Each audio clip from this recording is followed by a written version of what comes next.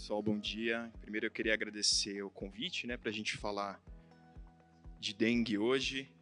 É um assunto que é bem importante porque quem trabalha na ponta sabe a dificuldade que foi 2024 em atender todos esses casos, e a gente sabe que na pediatria especificamente o desafio é maior.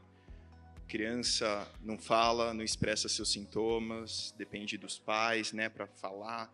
Então, o desafio se torna maior, principalmente naquelas crianças menores, abaixo de 2 anos. Então, a ideia dessa aula hoje é trazer uma abordagem bem prática e objetiva. Toda a aula é baseada no fluxograma da Prefeitura de São Paulo e no guia que a doutora Ana apresentou do Ministério da Saúde.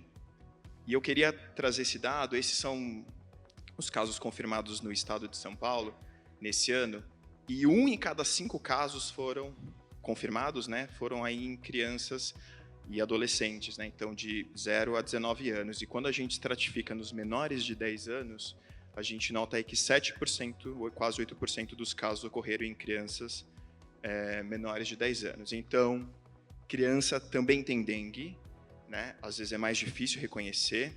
E um ponto da dengue na criança, que é o mais importante, é a piora súbita da criança, que é diferente do adulto. O adulto ele vai piorando de uma forma um pouco mais lenta, mas a criança, às vezes, a piora é súbita. Em questão assim, vem de manhã e no final do dia chega muito pior. Então, essa orientação, essa observação clínica, ela é mais importante nessa faixa etária. Eu trabalho no Hospital Infantil Sabará, e esses são dados que o pessoal da SSH mandou ontem para mim, para você ver como que foi diferente de 2023 para 2024, no aumento do número de coletas de teste rápido para dengue, e a positividade aí que no hospital especificamente começa em janeiro e tem esse pico aí em abril, maio. E esses são os casos positivos, que teve no Hospital Sabará. Então, é um hospital pediátrico que atende até 18 anos, então a gente nota aí que 1/4 dos casos ocorreram em crianças de 1 a 5 anos. Teve bebês também com dengue, então 2% dos nossos casos foram em crianças menores de 1 ano, e aí a maior parte nas crianças até 10 anos de idade, e adolescentes também, que aí acaba aparecendo um pouco com adulto. E o que eu sempre falo, quem tem filho aqui, quem tem criança em casa, sabe que as crianças estão doentes o tempo todo, É tosse, é febre, é diarreia, uma semana tá boa, outra semana não tá. Então, tá todo mundo desesperado com as crianças, os pais vêm no consultório, vão no pronto-socorro, não sabe mais o que fazer. E esse ponto é importante, porque se a gente for ver o período, por exemplo, no Hospital Sabará, que foi maio, abril, é o período da bronquiolite, é o período da influenza, é o período dos resfriados. Então, na avaliação da pediatria, a gente, às vezes, tem que, na hora da sua história, da sua avaliação, determinar se aquilo é uma complicação de um caso que está vindo ou é um caso novo. Às vezes a criança está saindo de um resfriado, então está naquela fase de convalescência, e aí ela engata um quadro viral. Então, isso é muito comum na pediatria. Uma criança saudável vai ficar mais ou menos resfriada com quadro viral autolimitado 12 vezes por ano. Então, a gente precisa, ainda mais as que frequentam escola, frequentar a creche aí é fator de risco ainda. E a gente vive numa cidade com tem poluição, que tem variações de temperatura. Então, assim, a gente tem que entender e saber na sua história, nessa avaliação, do que se trata essa queixa dessa criança. E para a gente discutir dengue, nada melhor do que um caso clínico na pediatria. Então, é um menino de 5 anos, chegou lá no pronto atendimento ou no acolhimento, não tem nenhuma doença pré-existente, e estava com um quadro de uma febre alta, súbita, que iniciou há 3 dias e nas últimas 24 horas apresentou um vermelhidão no corpo. Não tinha nenhum sintoma gastrointestinal. E se a gente vê esse caso clínico, quantas crianças chegam no pronto-socorro com febre e um vermelhidão no corpo? Diversas, Então, ou pode ser infecção bacteriana, pode ser infecção viral. Então, o que a gente tem que perguntar? Então, a ideia aqui é que pontos é necessário nessa história para a gente pensar em dengue nessa criança, para tentar fazer uma suspeita, um diagnóstico, uma hipótese diagnóstica de dengue nesse caso. Então, o que a gente precisa questionar? Primeira coisa, quando a gente fala de criança convive com outros adultos, certo? Principalmente as crianças menores. Então, a gente tem que questionar, teve algum deslocamento nas últimas 2 semanas? E por que nas 2 últimas semanas? A doutora Ana trouxe, a viremia após a picada pode ocorrer a partir do 3º dia, mas pela literatura até 14 dias após a picada pode iniciar os sintomas. Então, se a criança foi para outra cidade, se a criança viajou, se a criança foi para o litoral, né, qual que é a rotina dessa criança? Geralmente, na criança pequena, está atrelado à rotina dos pais. Então, é importante questionar se teve viagens e deslocamentos, e no local da residência, né, no ambiente que aquela criança frequenta está tendo casos de dengue. Outro ponto que ajuda a pensar é se há casos semelhantes ou diagnosticados confirmados dentro da família. Lembrar que o Aedes aegypti, quando ele circula, o raio de dispersão do mosquito, ele não é quilômetros. Geralmente, ele está ali naquele quarteirão, naquela área específica. Então, é muito comum que durante a avaliação, e quando você atende uma criança com dengue, geralmente assim, porque o sobrinho está com dengue, a mãe está com dengue, o pai está com dengue, um teve uma dengue mais grave, outro teve uma dengue um pouco mais leve, mas geralmente você encontra outras pessoas que convivem com essa criança que também estão com dengue. Então é importante questionar isso, porque isso ajuda você a pensar no caso. E falar do exantema, né? Eu trouxe essas fotos, são de casos reais de dengue, né? Lá do Sabará, porque não é toda a dengue que tem exantema, né? Então, 50% dos casos podem ter exantema. Só que lembrar que exantema, que é essa vermelhidão no corpo, pode se apresentar de várias formas. Então, às vezes, detalhar como foi o surgimento do exantema pode ajudar a pensar no diagnóstico. Então, por exemplo, o vermelhidão tem bolha, tem pústula, vesícula. Isso não é sugestivo de dengue, né? Isso é sugestivo de varicela, por exemplo, um impetigo, uma infecção bacteriana. É um exantema que ele é grosseiro, parece uma lixa, tem a língua avermelhada. Será que não pode ser uma escarlatina? Será que não pode ser um Kawasaki? É um exantema que começou na face, tem uma distribuição, tem uma conjuntivite, pode ser um sarampo. Então, se tem um exantema, talvez descrever melhor a evolução de como começou, pode ajudar a entender melhor e a fazer um diagnóstico um pouco mais preciso. Claro que na dengue não tem uma linha do tempo. Para muitas doenças exantemáticas, existe uma linha do tempo da formação do exantema. Mas para a dengue não. Pode surgir, não tem um dia específico que surge, e tem paciente que vai ter e não vai ter. E o que chama atenção no exantema é essa digitopressão, né? Você vê com a marca da mão ali na barriguinha do bebê e que às vezes ocorre em alguns casos com dengue nessa faixa etária. Outro ponto é o que a gente estava discutindo, avaliar os sinais clínicos, né?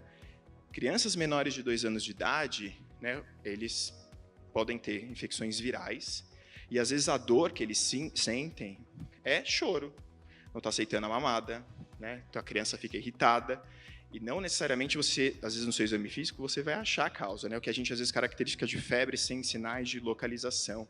Quem é pediatra ou trabalha na pediatria escuta muito essa expressão. E aí eu acho que, diante de um caso de uma febre sem sinais de localização em uma criança pequena, dependendo do momento que a gente está vivendo epidemiológico, na hora que você vai solicitar exames para investigar o porquê daquela febre, entrar a investigação de dengue é importante para você tentar fechar um diagnóstico. E a doença no início na pediatria pode passar desapercebida ou confundida com um quadro viral ou com uma outra coisa, né, respiratória, que é o mais comum na pediatria. Só que o agravamento da criança é mais súbito, é mais difícil identificar esses sinais de alarme. Então, geralmente, quando elas chegam, elas ficam mais graves, elas chegam pior no serviço. Então, ficar atento na sua orientação a esses pais, na hora do seu exame físico, na hora de abordar essa criança ali no atendimento. E eu acho que a primeira coisa que tem que fazer no atendimento, independente se vai ter uma suspeita de dengue ou não, é determinar se essa criança tem ou não sinais de gravidade, que são comuns para diversas doenças. Uma meningococcemia vai ter sinais de gravidade. Então, veja se a criança está com dor intensa, está desidratada, vomitando muito, tem sinais de choque, tem algum sangramento. Se você conseguir aferir a pressão dessa criança, que a gente sabe que aferir pressão arterial de criança é um desafio, né? Assim, tem lá a literatura explicando como faz, mas é muito difícil aferir, não é tão simples assim, tem que ter o manguito certo, na medida certa, mas é um quebra-cabeça, você vai juntando as peças para tentar determinar. E qualquer sinal de gravidade, óbvio que essa criança vai precisar ser atendida ou transferida, ou de precisar de um suporte maior. Então, nesse caso específico, ele estava referindo uma dor no corpo, né? Uma criança de 5 anos, já falava, se comunicava bem, estava aceitando bem líquidos, morava na zona norte de São Paulo e tinha muitos casos de dengue na última semana. Foi isso que a mãe contou ali na hora da anamnese. O pai e a irmã dele, de 20 anos, também foram diagnosticados com dengue há 4 dias. E quando a gente examinou a criança, ele estava bem, estava em bom estado geral, não tinha nenhuma alteração dos sinais vitais, abdômen sem dor à palpação, sem fígado palpável, a pele não tinha nenhuma peteca, nenhum sangramento, ou seja, um exame físico que estava tudo certo. Então, qual que é a conduta, né? Então, a gente pegou esse caso com a conduta. Quando você tem essa história e você fala, ok, isso aqui está parecendo uma dengue, né? Então, vamos conduzir como dengue. Como bem disse o pessoal da vigilância, você precisa agora classificar essa criança dentro dos grupos da dengue. Então, volta. Tem sinais de alarme? Tem sinais de choque? Geralmente, esses quadros de gravidade surgem a partir do 3º até o 7º dia da doença, ou no período que a febre passa. E é aí que você tem que ficar atento. E aí você tem que checar esses sinais, né? Então, dor abdominal muito intensa, vômitos persistentes. Só que na pediatria, geralmente, esses sinais de alerta vai dar pela irritabilidade extrema da criança, porque ele não vai. A criança menor vai falar, estou com dor abdominal. Ela vai estar irritada, ela vai estar chorosa, ela não vai estar aceitando alimentação, provavelmente ela vai estar vomitando, né? Aí você vai fazer os sinais vitais, vai ver que ela tem uma taquicardia, talvez vai monitorizar, vai ver que ela está hipotência. Então, precisa de uma atenção melhor, visualizar melhor essa criança, examinar, né? Ocupar um pouco mais do seu tempo, porque você vai perguntar e, às vezes, as respostas vão ser negativas, né? Visualizar se tem algum sangramento, olhar bem as mucosas. Então, assim que a gente classifica. Nesse caso específico, a criança está bem, tem 5 anos, certo? A gente examinou. E aí é classificada entre grupo A e grupo B, né? O fluxograma aqui da prefeitura coloca que presença de sangramento, petequias, né? Prova do lácio, petecas induzidas pela prova do lácio, comorbidades e lactentes e gestantes e risco social já são para o grupo verde. Então, aqui o que é preciso lembrar? Menor de 2 anos já é grupo B. Né? Então, essas crianças não se expressam, mais dificuldade de exame físico e a piora pode ser mais súbita. Risco social, isso é super importante na pediatria. A gente sabe que tem famílias que não vão conseguir manter uma hidratação oral em casa, ou não vão entender o que é essa hidratação oral em casa. Então, dependendo do ambiente que essa criança vive, ela vai merecer um outro tipo de monitorização, né? Você vai tentar criar um critério melhor, né, para monitorizar ela nos próximos dias. O que eu sempre falo é que os protocolos, eles são uma receita de bolo para ajudar a gente a conduzir os casos, mas quando a gente conhece a nossa população que a gente trabalha, se a gente discute os casos, né, mais graves, ou que ocorreram no nosso território, no lugar de serviço, a gente começa a perceber coisas diferentes e talvez traçar estratégias diferentes para certos grupos, de certas áreas, porque isso às vezes facilita no cuidado. E muito bem, nesse caso a criança é um grupo azul e a primeira coisa que tem que fazer na conduta é começar a hidratação. Não é esperar o resultado do exame, você vai coletar os exames, mas não é esperar o resultado do exame, não é achar que pode ser outra coisa. Se você tem uma suspeita clínica de dengue, eu vou começar a tratar a dengue. E o tratamento da dengue é hidratação. É igual quando a gente fala na pediatria assim, acho que pode ser uma meningite. Você tem que coletar líquor. Não existe coletar hemograma para você fazer diagnóstico de meningite. Você coletar o líquor, é o líquor que faz o diagnóstico. Então, suspeitou, você vai começar o tratamento. E a hidratação é a parte mais importante do manejo da dengue. Ela é fundamental para evitar o agravamento da doença. Como a doutora Ana disse, a permeabilidade vascular altera na dengue, é como se fosse um encanamento com furos e esse líquido extravasando para outros compartimentos do corpo que vai levar a um colapso futuramente. Então, você precisa garantir que essa criança hidrate. Só que hidratação, principalmente na pediatria, não é só assim, tem que dar água. A criança não vai pedir água, certo? A criança não vai lá abrir a geladeira, encher o copo dela. Então, quem vai oferecer a hidratação são os cuidadores, os responsáveis por essa criança.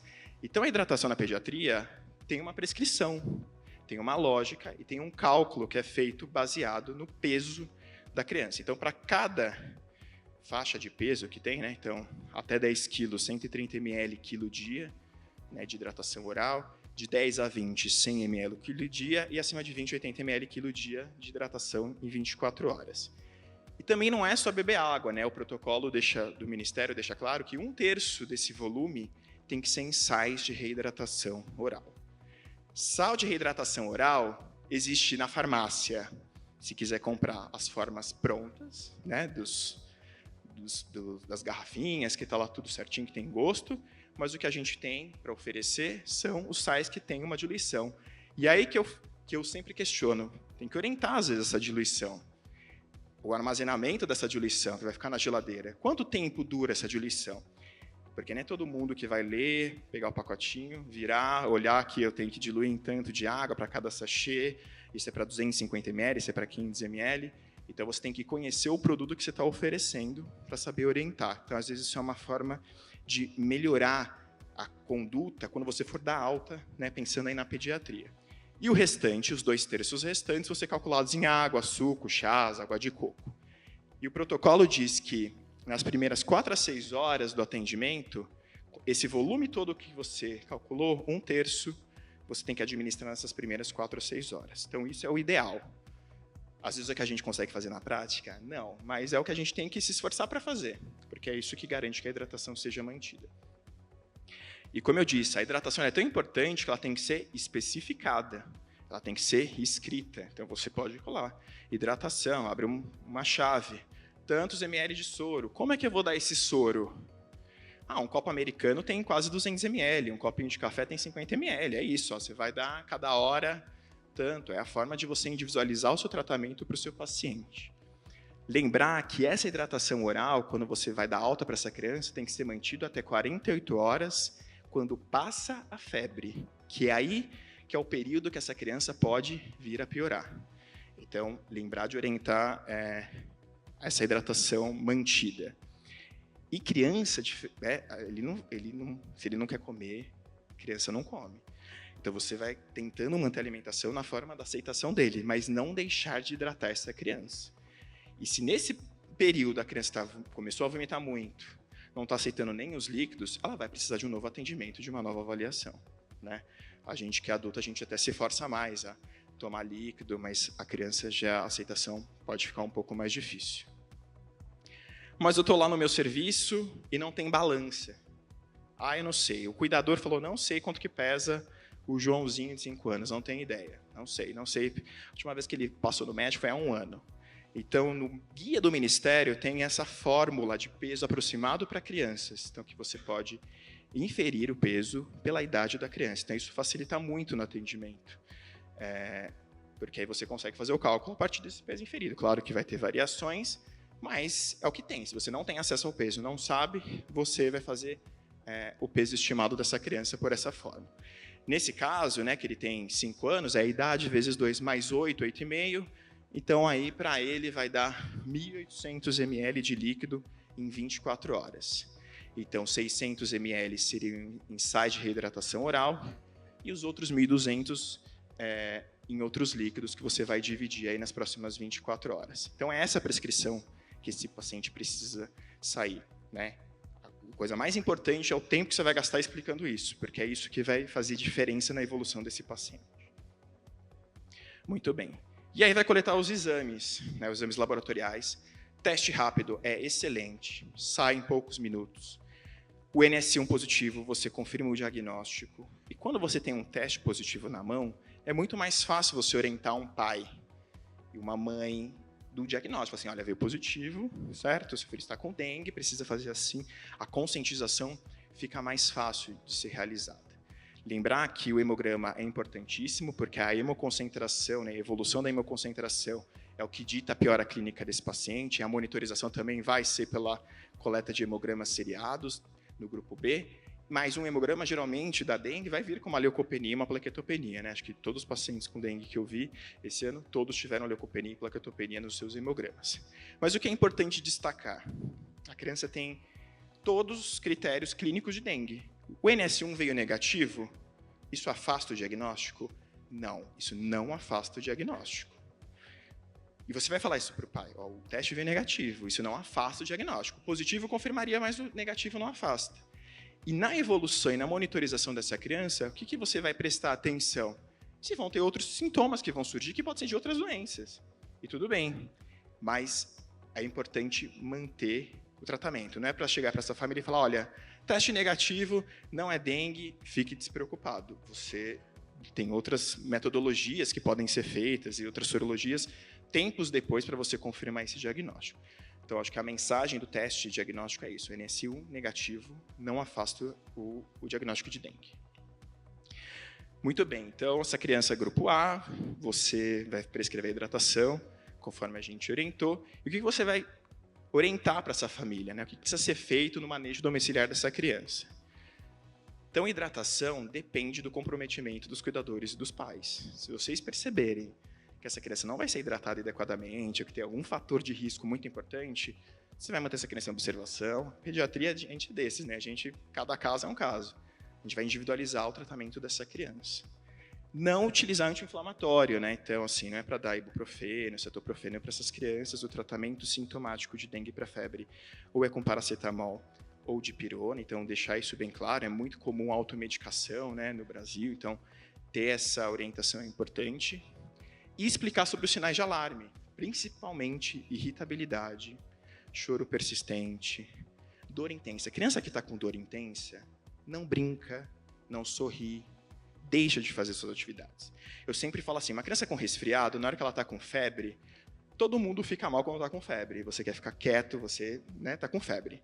Passou a febre, a criança que está com quadro viral autolimitado, ela sai brincando, ela sai correndo, ela vai fazer as atividades dela. Agora, quando a gente tem uma evolução clínica desfavorável, você vai ver que a criança não está bem. Então, ela piora clinicamente. Então, ela fica irritada, ela não aceita água, ela não aceita hidratação, não se alimenta direito. Então, essa piora clínica que tem que ser orientada para os pais. E procurar o serviço, caso eles notem isso. Ensinar os sinais de desidratação, né? Então, a urina está mais concentrada, a mucosa está mais seca, o olho está mais seco, fundo. Então, são sinais que essa criança pode estar desidratada. E se você não está conseguindo manter a hidratação dessa criança em casa, você precisa retorná-la para o serviço. E explicar que quando cessar a febre é que os sintomas podem vir a piorar. E essa criança, então, tem que ficar vigilante aí nesse período todo. A monitorização vai ser baseada no grupo que essa criança foi classificada, né? Então, para o grupo B, quando tem mais comorbidades e crianças menores, o retorno ele é diário, né? Então, você vai acompanhando também o hemograma para ver como está evoluindo o hematócrito. Mas nos grupos A, nas pessoas que têm menos risco de evoluir, estão evoluindo bem, como foi dito, né? Talvez a teleconsulta seja uma estratégia. Mas é aquilo, né? Depende do grau de colaboração dos pais, de falar, de entender, de acesso. Então, por isso que tem essas particularidades dentro da pediatria. Era isso que eu tinha para falar para vocês.